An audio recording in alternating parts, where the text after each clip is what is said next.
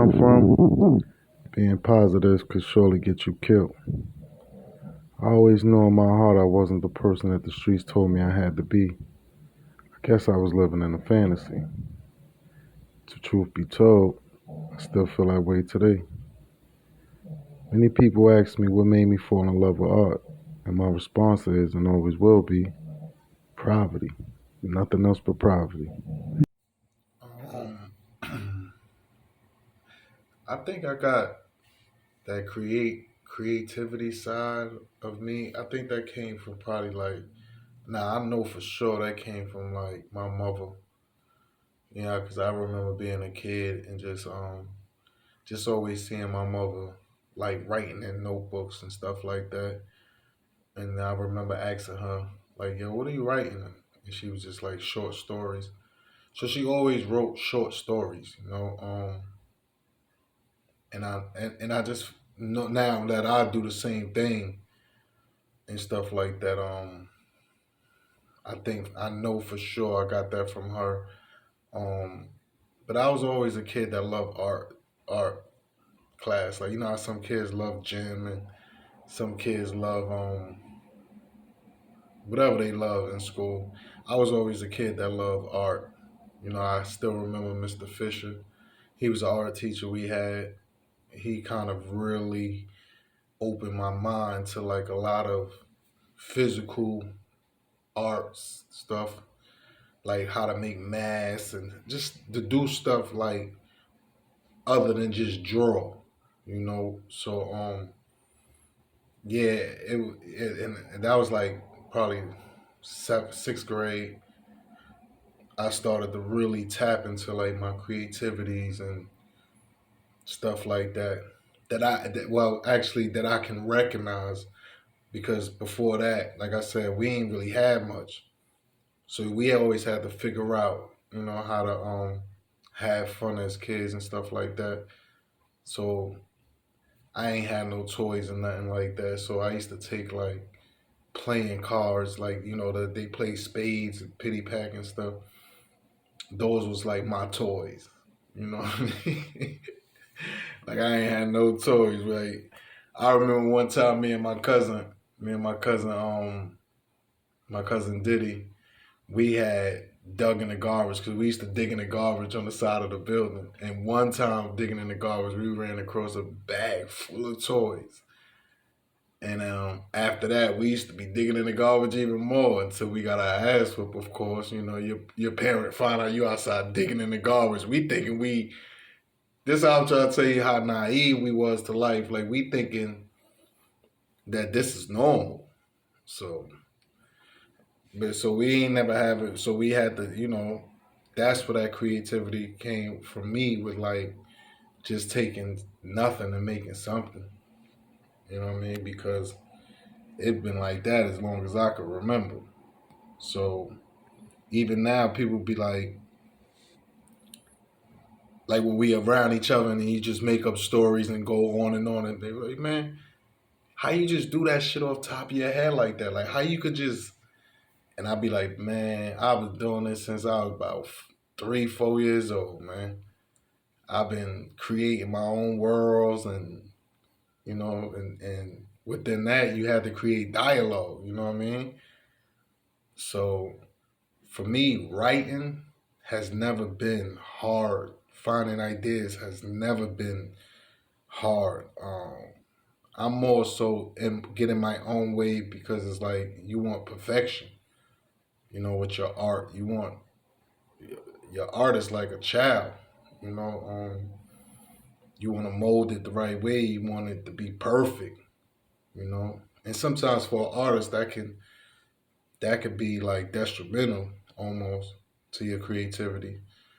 So I just try to find a balance at this point with it and things like that, and try to work with a lot of people because I find it to be for me. I like to bounce off ideas. I like to be able to. I'm my best when I'm doing that. Yeah, I could do a lot of things by myself, no problem. But for me, I love to see what others bring to the table. I like to work as a team, create, you know what I mean? Um, yeah, I think being creative is freedom. I guess I say all that to say that to me, creating is just a freedom that nobody can take away from you. I never looked at poverty or my circumstances as like as an excuse. I always looked at it like you gotta you gotta figure out what you really want to do in life. And sometimes when you think you know what you want in life and what you think you want to be in life may not even be close to what you are supposed to be in life. You know what I mean? But I never, like I said earlier, I never gave myself that space or excuse to use circumstances or poverty as an excuse. I just always told myself, figure it out, figure it out, figure it out. Like my problem was never what I couldn't do. You know, it was always how will I do it? Like how am I going to do this? How am I going to do this? And poverty actually motivated me. Like when I'm sitting there and I'm sitting in a room where it's just one room and I'm sharing this room with my mother and brother. You know what I mean? And you're a grown ass man at this point. You know, I'm 27, 28 years old, and I'm in these type of circumstances.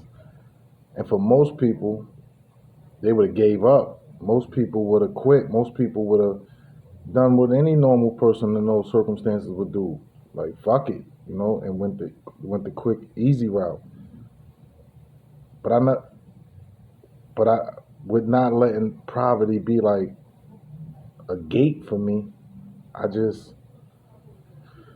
I just try to stay out the way. I always told myself and my friends the most important mission and the most hardest thing for me was staying alive and staying out of jail and definitely not putting myself in a position that I couldn't walk away from, you know? Because that was what I was seeing a lot. I would see a lot of people was letting people trick them out their spot or being tricked out their spot or just they circumstances getting the best of them. And I just felt like, nah, I was like, nah, I'm not gonna do that. But don't get me wrong, shit was hard.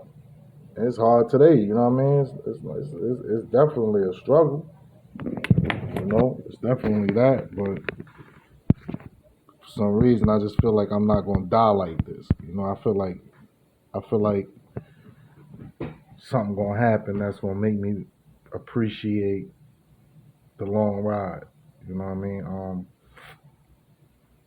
So I say all that to say you just gotta keep pushing, and you gotta try to find the most positive energy you can find to just carry on and march on, and circumstances that might just be horrible, you know, or might just be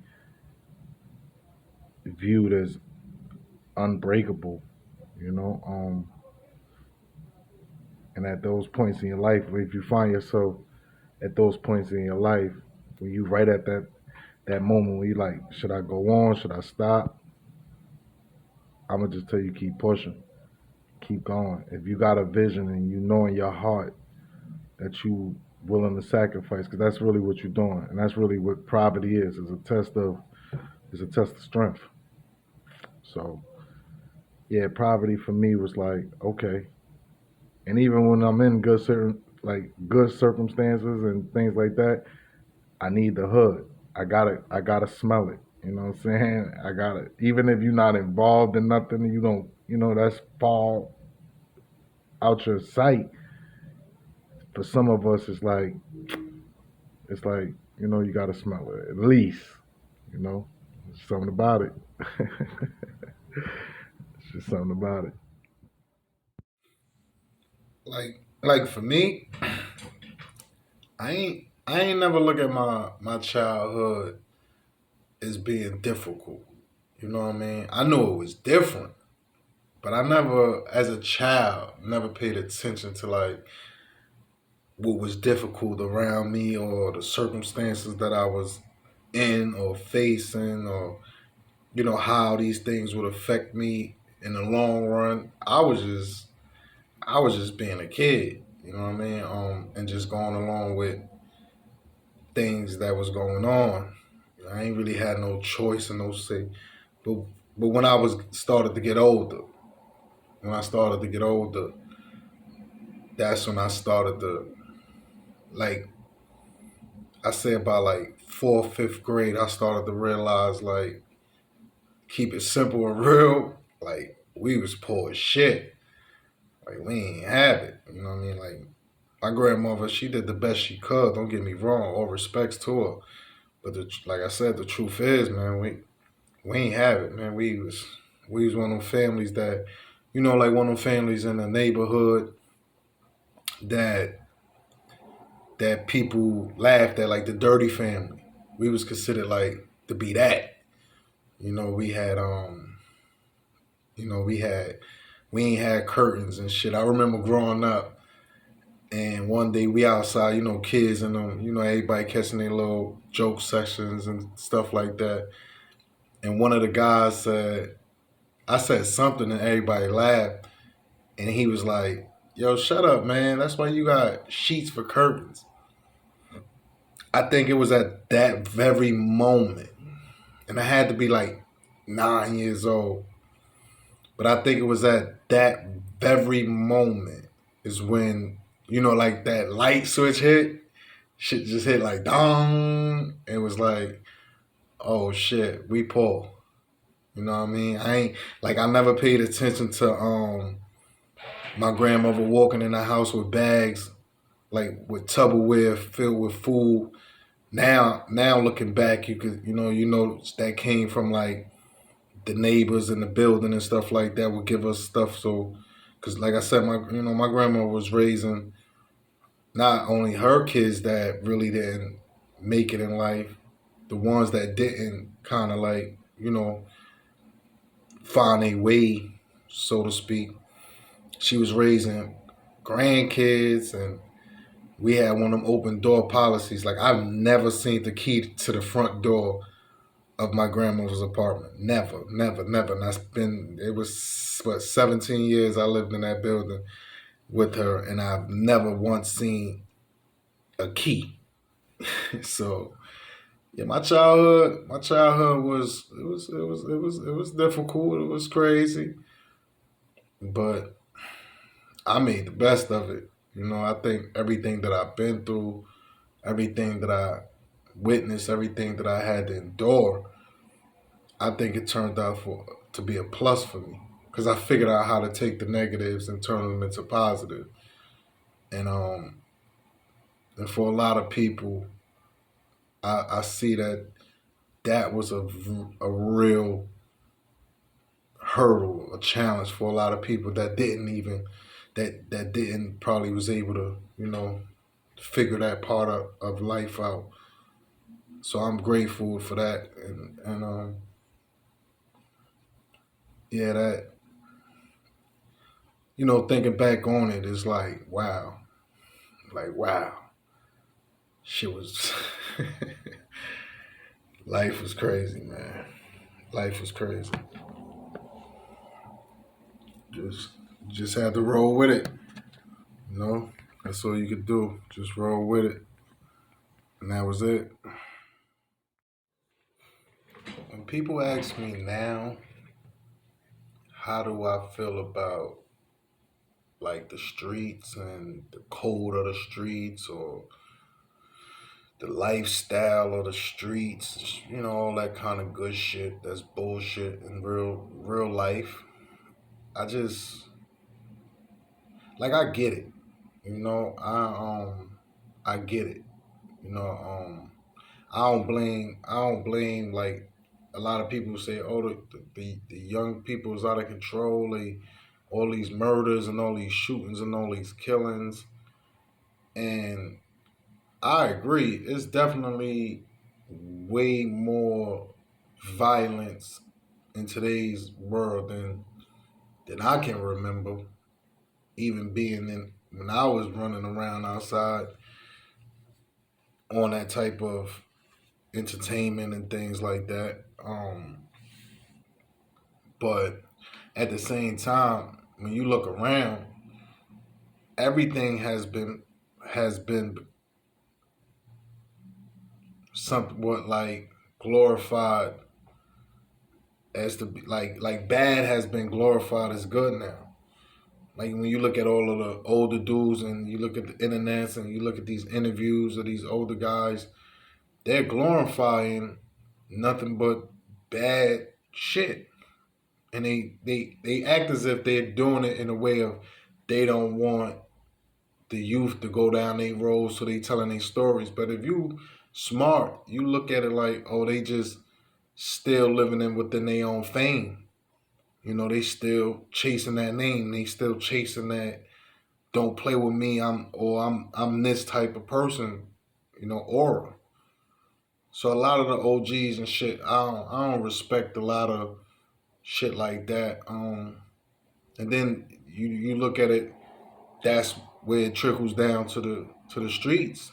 You know, you don't have no older dudes and no. Rarely do you have it. You have some, don't get me wrong, but you really have dudes that be like, yo, you could be cool and all of that and still live, bro. Like, you ain't got to be locked up to get a name. You ain't got to be harmful towards others to get a name. Like, you could be respected like a motherfucker in the streets by staying in your lane, doing what you do, you know, because everything ain't for everybody.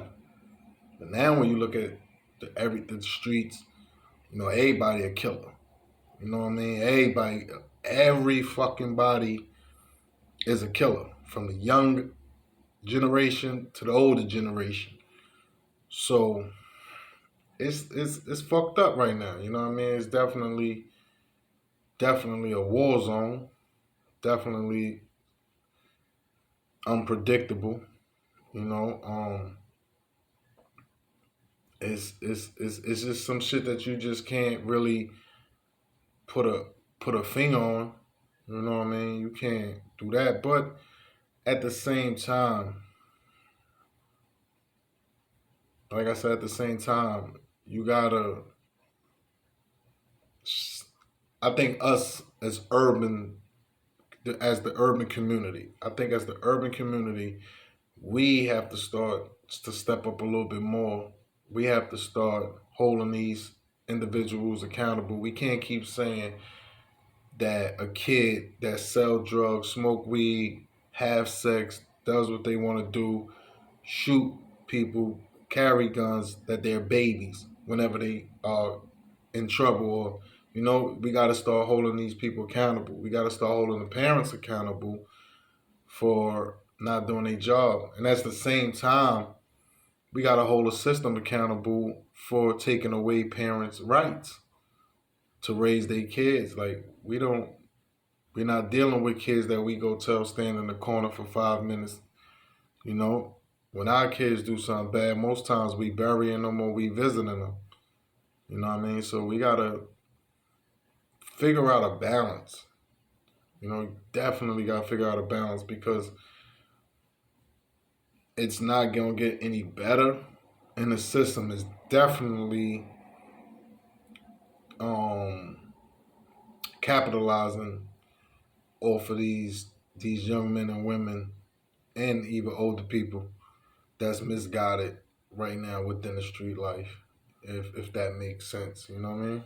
So I just look at it like that. Like, we just got to do better as overall people. It's just crazy. I mean, growing up without a father, it had its effects on me at certain points in my life, certain areas. You know, now that you're older, you know, at certain points in my life, it was emotional. Certain points, it was physical. Certain points, it was mental, and then at some point, it was all. You know, it was everything. and probably when I was like a teenager, and I had like became a father. I think that's when everything started to hit me. You know what I'm saying? As far as like not having that father in your life. But my story was crazy because my father lived right across the street from me, like literally across the street from me, like 25 feet, and he never spoke to me.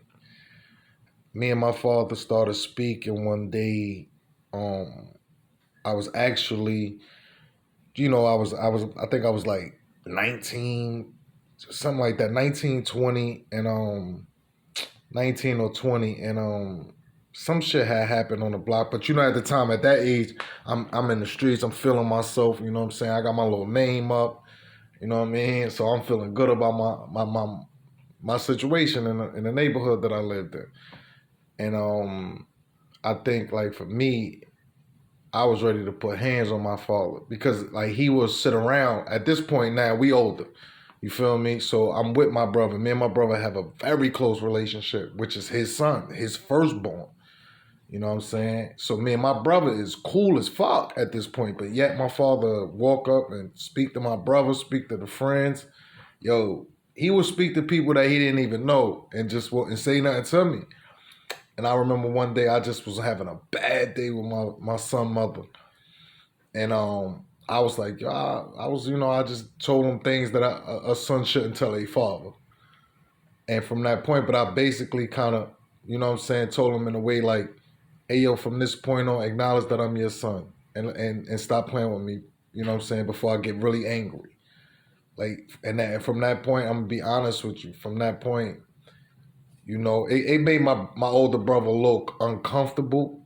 We had to talk about that. We talked about it. Like I said, that's my heart. Love him to death. So we ain't got no. He understood where I was coming from, and he opened my eyes to a lot of things.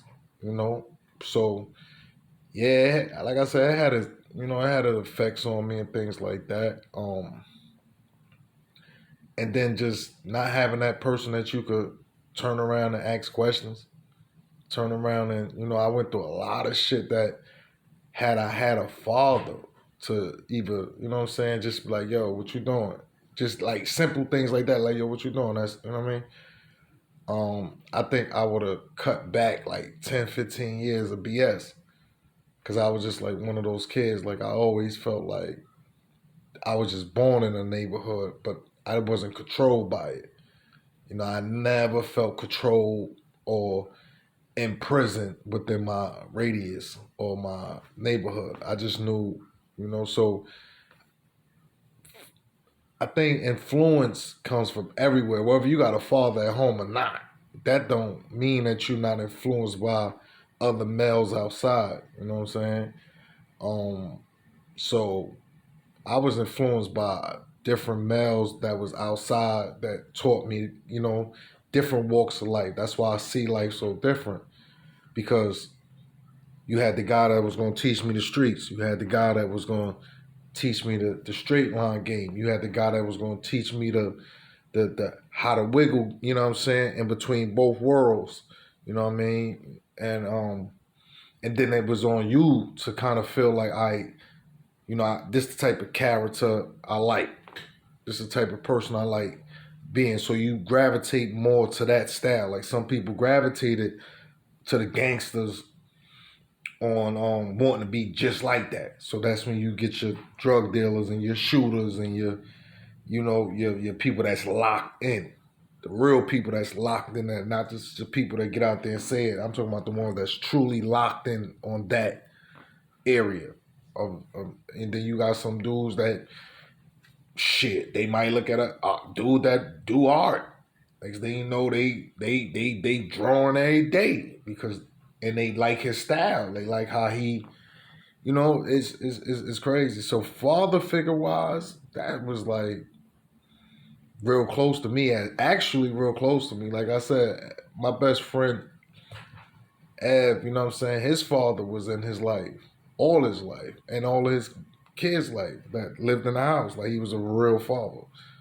So I got a lot of lessons from him and things like that. Like he never treated me like a friend. You know what I mean? Like we lived next door.